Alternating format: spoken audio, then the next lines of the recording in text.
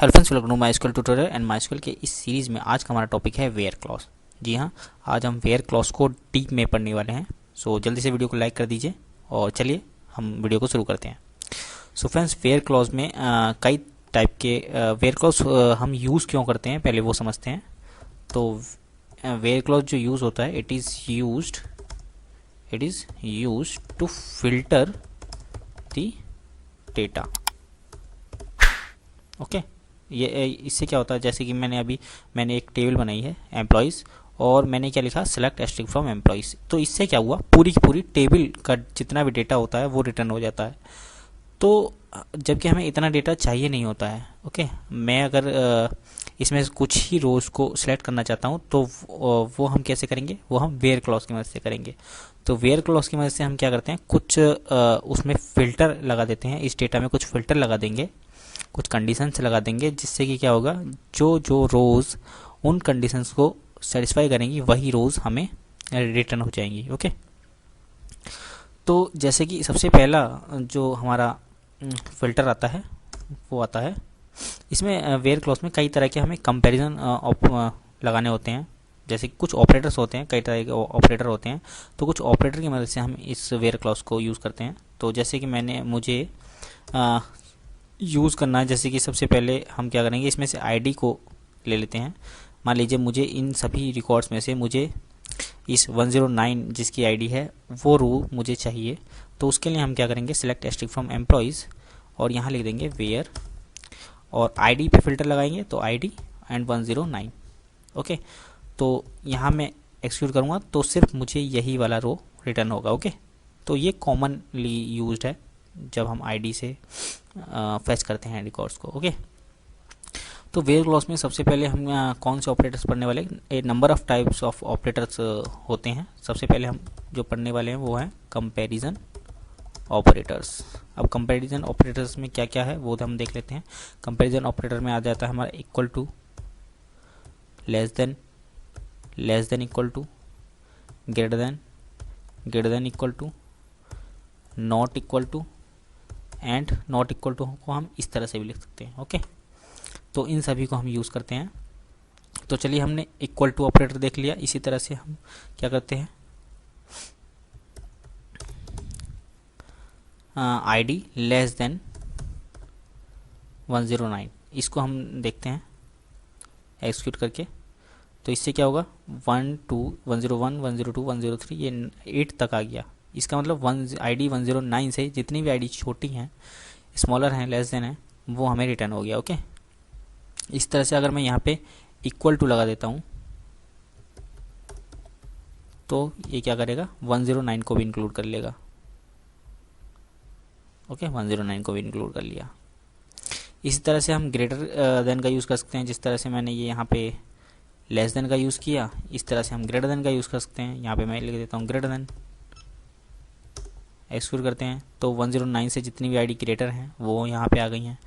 हम greater than equal to का use कर सकते हैं, तो 109 को इंक्लूड करते हुए जितनी भी आईडी हैं 109 और 10 से ग्रेटर है, 109 से ग्रेटर हैं, वो सभी आईडी यहाँ पे आ गई हैं। ओके, तो और हम इसमें यहाँ तक हमने क्या कौन कौन से ऑपरेटर देख लिए, equal to, less than equal to, greater than equal to. अभी देखते हैं नॉट इक्वल टू अगर ऑपरेटर है तो इसमें क्या करते हैं हम, इसमें हम select string from employees where ID does not equal to 109। तो 109 को छोड़ के जितनी भी आईडी हैं वो रिटर्न हो जाएंगी। तो देखिए 108 तक आया, 109 यहाँ पे छोड़ दिया, बाकी उसके अलावा जितनी भी आईडी मिली इसने वो हमें रिटर्न कर दिया। ओके, और इसी चीज़ को हम एक तरह से और लिख सकते हैं। कहीं कहीं आपको ये not equal to operator support में नहीं मिलेगा, तो उस केस में आप क्या कर सकते हैं, ये ऑपरेटर को यूज़ कर सकते हैं, लेस देन और ग्रेटर देन। ओके, तो ये भी नॉट इक्वल टू ऑपरेटर का काम करता है। ओके, सेम काम करता है। तो चलिए, कंपैरिजन ऑपरेटर तो हमने इस तरह से सीख लिए। दूसरा हमारा जो आता है वो आता है लॉजिकल ऑपरेटर्स। लॉजिकल ऑपरेटर्स,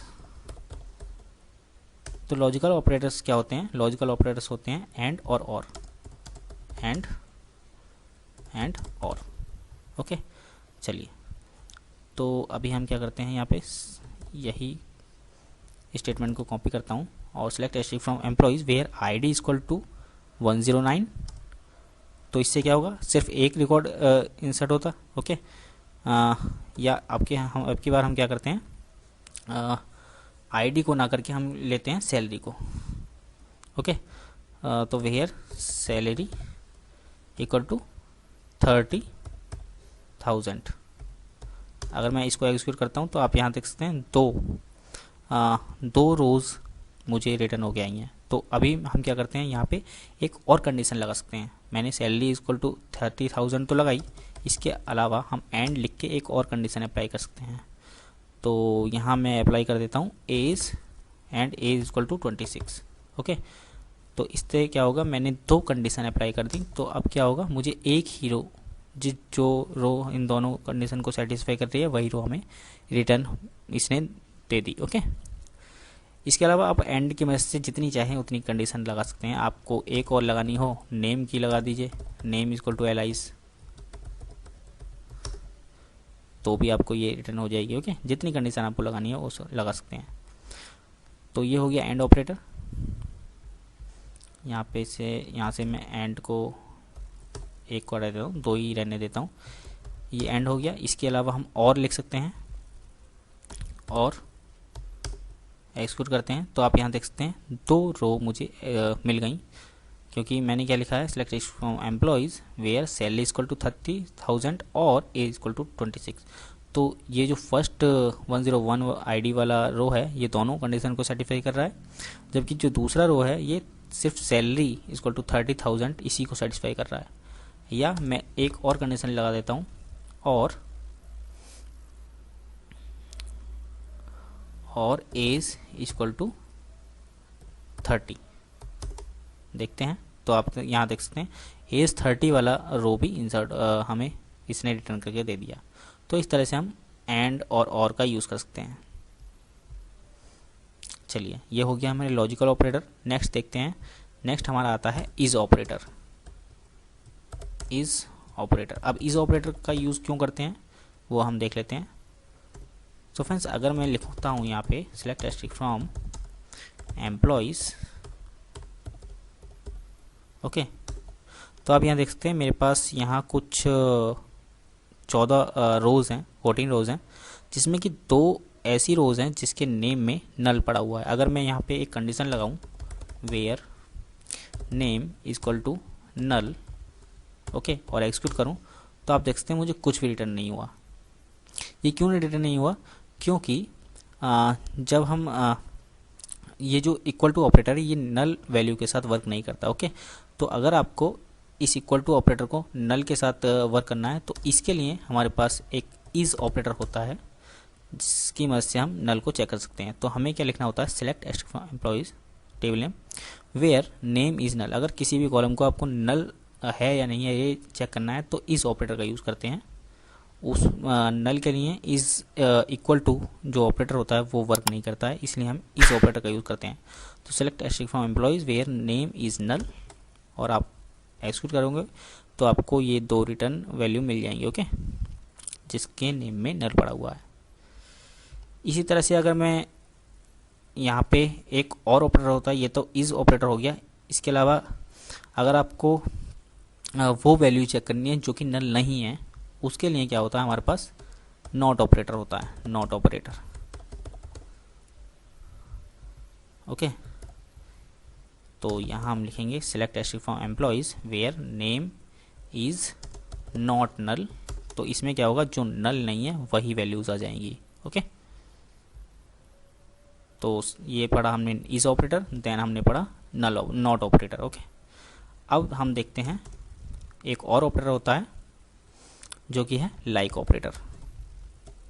अब लाइक ऑपरेटर क्या होता है, इसमें किसी कॉलम की वैल्यूज़ में हम पैटर्न के साथ सेलेक्ट कर सकते हैं। जैसे कि अगर मैं आपको बताऊं तो अगर आपको इसमें से नेम में से किसी को सिलेक्ट करना है एक पैटर्न के बेस पे, पैटर्न बेस पे मीन्स कुछ एक स्पेसिफिक कैरेक्टर से वो नेम स्टार्ट हो रहा हो या एंड हो रहा हो या कंटेन कर रहा हो किसी कैरेक्टर को, तो उसके लिए हम लाइक ऑपरेटर का यूज़ करेंगे। जैसे कि select asterisk from employees where name like, जैसे आपको सिलेक्ट करना है, क्या सिलेक्ट करना है, जो नेम ए लेटर से स्टार्ट हो रहे हो उनको मुझे सिलेक्ट करना है। तो उसके लिए हम क्या लिखेंगे, select asterisk from employees where name like A then percentile. इसको एक्सिक्यूट करेंगे तो ए से स्टार्ट होने वाले जितने भी नेम हैं वो हमें रिटर्न करके दे देगा। अगर आप यहाँ एस रिटर्न करेंगे, एस से जितने भी नेम स्टार्ट हो रहे हैं वो आ जाएंगे हमारे पास। ओके, इसी तरह के तरीके से यहाँ पे मैं कमेंट डाल देता हूँ, starting name starting with S. Okay, and यहाँ पे मैं क्या करता हूँ, हमें इस बार हमें क्या करना है, जितने भी नेम हमारे ए पे एंड हो रहे हैं वो हमें गेट करने हैं। तो ए एक्सिक्यूट करते हैं तो आप यहाँ देख सकते हैं जितने भी नेम हमारे ए पे एंड हो रहे हैं वो सभी नेम हमें रिटर्न हो गए। तो नेम एंडिंग विद ए, तो वो नेम इसने हमें रिटर्न कर दिए। अब हम गेट करते हैं, अब हम फैच करते हैं वो नेम जो ए को कंटेन करते हैं या बी को कंटेन करते हैं, वो नेम हम गेट करते हैं। तो आप यहाँ देख सकते हैं इसने दो वैल्यू रिटर्न कर दी, दो नेम रिटर्न कर दिए जिसके अंदर बी आ रहा है, बॉब और शोभना। ओके, तो नेम कंटेनिंग बी। तो चलिए फ्रेंड्स, ये हो गया हमारा लाइक ऑपरेटर। अभी नेक्स्ट ऑपरेटर सीखते हैं। नेक्स्ट ऑपरेटर है हमारा बिटवीन ऑपरेटर। बिटवीन ऑपरेटर, अब बिटवीन ऑपरेटर क्या करता है, between operator returns the values between given range. Okay, ये टू वैल्यूज हम लिख सकते हैं। जैसे अगर मैं यहाँ लिखता हूँ select asterisk from employees, okay, और एक्सिक्यूट करता हूँ तो आप देख सकते हैं ये 14 रोज इसने मुझे रिटर्न करके दे दी। अभी मुझे क्या करना है, मुझे इसमें से चेक करना है, मुझे वो सभी रिकॉर्ड्स चाहिए जिनकी एज 20 से 30 के बीच है। ओके, तो मैं क्या लिखूँगा, select asterisk from employees where age between 20 and 30, between first value and second value. Okay, तो 20 एंड 30 के बीच जितनी भी एज हैं वो हमें रिटर्न कर देगा। तो आप यहाँ देख सकते हैं इसने ये कुछ रिकॉर्ड्स रिटर्न कर दिए जिसके अंदर जितनी भी एज हैं वो 20 और 30 के बीच ही हैं। अगर आप यहाँ 25 एंटर कर देंगे तो 25 और 30 के बीच जितनी भी हैं वो हमें रिटर्न कर देगा। ओके, चलिए, इसके अलावा आप बिटवीन का यूज़ हम डेट्स के साथ भी कर सकते हैं। जैसे कि अगर मैं यहाँ एक और क्वेरी लिखता हूँ जिसमें मैं क्या करता हूँ, हम उन सभी रिकॉर्ड्स को फैच करना चाहते हैं जिनकी जॉइनिंग डेट जो है वो है 2023 जनवरी एंड 2023 फरवरी, 28 फरवरी लिख देता हूँ, एक्सिक्यूट करता हूँ। तो आप यहाँ देखते हैं दो रिकॉर्ड जिसने मुझे रिटर्न किए हैं जिनकी जो जॉइनिंग डेट है वो 1 जनवरी से 28 फरवरी तक है। ओके, या आप अगर इसको मार्च कर देंगे 31 मार्च, तो यहाँ हमें ये इतनी वैल्यूज़ रिटर्न कर रहा है जिनकी जो जॉइनिंग डेट है वो इन डेट्स के बीच लाई कर रही होगी। ओके, तो इस तरह से हम बिटवीन ऑपरेटर का यूज़ हम डेट्स की बिटवीन जो डेट है डेट रेंज के साथ भी यूज़ कर सकते हैं। तो इस तरह से हम बिटवीन ऑपरेटर का यूज़ डेट्स के साथ भी कर सकते हैं। फ्रेंड्स, हमने यहाँ इस के साथ हमने एक नॉट ऑपरेटर पढ़ा था, तो इस नॉट ऑपरेटर तो आपने पढ़ लिया, हमने लाइक ऑपरेटर पढ़ा। तो अब आप नॉट ऑपरेटर का यूज़ हम लाइक ऑपरेटर के साथ भी कर सकते हैं। जैसे कि मैंने यहाँ क्या लिखा था, select string from employees where name like S percentile. Okay, S से स्टार्ट होने वाले कैरेक्टर्स। अगर आप यहाँ पे नॉट लिख देंगे तो ये क्या रिटर्न करेगा, जो नेम एस से स्टार्ट नहीं होते हैं उनको रिटर्न करेगा। ओके, आप यहाँ देख सकते हैं एस से जो स्टार्ट नहीं हो रहे हैं वही रिटर्न किए हैं। इसी तरीके से आप यहाँ बिटवीन के साथ यूज़ कर सकते हैं, जैसे कि select from employees where age between 20 and 30। इसने क्या किया था, जो 20 और 30 के बीच एज थी वो रिटर्न की थी। अगर आप यहाँ नॉट लिख देंगे बिटवीन से पहले तो 20 एंड 30 के बीच में नहीं पढ़ने वाली जितनी भी एज वाले रिकॉर्ड हैं उनको ये रिटर्न कर देगा। तो अभी आप देखते हैं ये जितने भी रिकॉर्ड इसने रिटर्न किए हैं उनकी एज 20 और 30 के बीच नहीं है, या तो कम है या तो उससे ज़्यादा है। ओके, तो नॉट ऑपरेटर का यूज़ आप बिटवीन के साथ और लाइक के साथ भी कर सकते हैं। सो फ्रेंड्स, नेक्स्ट ऑपरेटर आता है हमारा इन ऑपरेटर। इन ऑपरेटर, अब इन ऑपरेटर क्या करता है,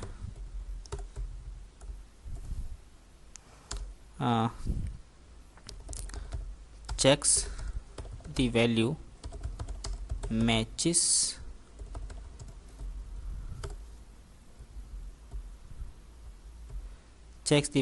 if it matches in given list. Okay, checks the value with the given list, within list.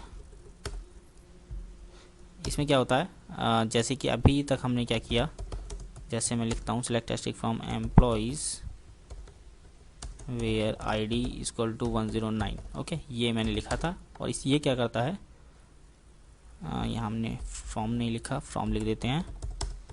ये क्या करता है, हमें select asterisk from employees where ID equal to 101 select.